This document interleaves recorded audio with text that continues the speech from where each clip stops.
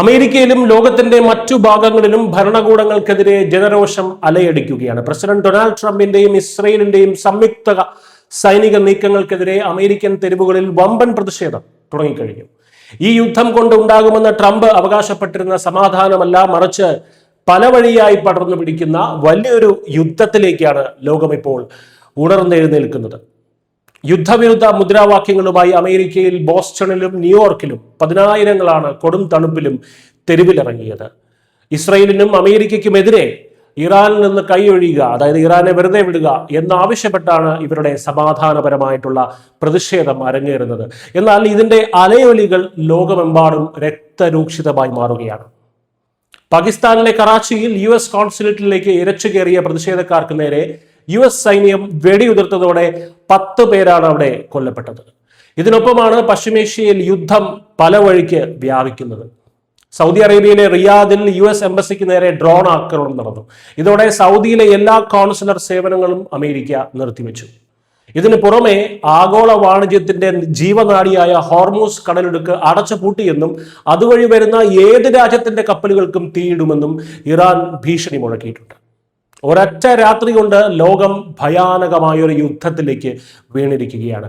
ഇസ്രയേലും അമേരിക്കയും ചേർന്ന് ശനിയാഴ്ച ഇറാനിൽ നടത്തിയ കനത്ത വ്യോമാക്രമണമാണ് ഈ സംഘർഷങ്ങളുടെ എല്ലാം തുടക്കമെന്ന് നമുക്കറിയാം. ഇറാൻ പരമോന്നത നേതാവ് ആയത്തുള്ള അലി ഖൊമേനി ഉൾപ്പെടെയുള്ള ഇറാന്റെ മുതിർന്ന നേതാക്കൾ ഈ ആക്രമണത്തിൽ കൊല്ലപ്പെട്ടു. ഖൊമേനിയുടെ ഭാര്യയും പരിക്കേറ്റ് മരണത്തിന് കീഴടങ്ങിയിരുന്നു. ഇറാനിൽ മാത്രം 555 പേർ കൊല്ലപ്പെട്ടതായാണ് റിപ്പോർട്ടുകൾ. വർഷങ്ങളോളം ഇറാനിലെ ട്രാഫിക് ക്യാമറകൾ ഹാക്ക് ചെയ്ത് ഇസ്രയേൽ ചാരസംഘടനകൾ നടത്തിയ രഹസ്യ നീക്കത്തിനൊടുവിലാണ് ഈ ആക്രമണം നടന്നത്. ഇതോടെയാണ് ഇറാനും അവർക്ക് പിന്തുണയുമായി ഹിസ്ബുള്ളയും ഇറാഖിലെ സായുധ സംഘങ്ങളും ഇസ്രയേലിനും അമേരിക്കയ്ക്കുമെതിരെ യുദ്ധം പ്രഖ്യാപിച്ചത്.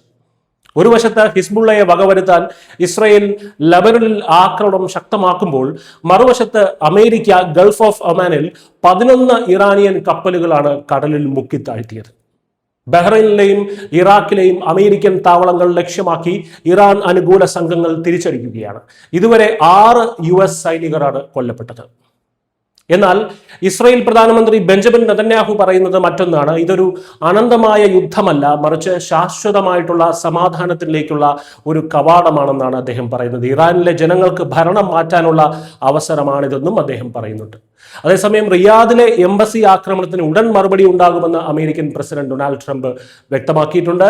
എന്നാൽ അമേരിക്കയുടെ ആയുധ ശേഖരം താൻ ആഗ്രഹിക്കുന്ന അത്ര മികച്ച നിലയിലല്ല എന്ന ട്രംപിന്റെ തുറന്നു പറച്ചിൽ സ്ഥിതിഗതികളുടെ ഗൗരവം വർദ്ധിപ്പിക്കുന്നു എന്നത് വേറെ കാര്യം.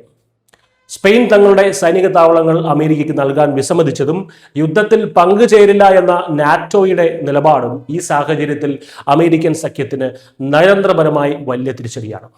ചുരുക്കത്തിൽ പരമോന്നത നേതാവിന്റെ വധത്തോടെ പശ്ചിമേഷ്യയിലെ യുദ്ധം അതിന്റെ എല്ലാ അതിരുകളും ലംഘിച്ചിരിക്കുകയാണ്. ഒരു വശത്ത് സൈനിക താവളങ്ങൾക്കും കപ്പലുകൾക്കും നേരെയുള്ള മിസൈൽ ആക്രമണങ്ങൾ അതിർത്തികളിൽ തീർക്കുന്ന ഭീതി, മറുവശത്ത് സ്വന്തം രാജ്യത്തിനുള്ളിൽ തന്നെ യുദ്ധത്തിനെതിരെ അമേരിക്കൻ തെരുവുകളിൽ അലയടിക്കുന്ന ജനകീയ പ്രതിഷേധങ്ങൾ.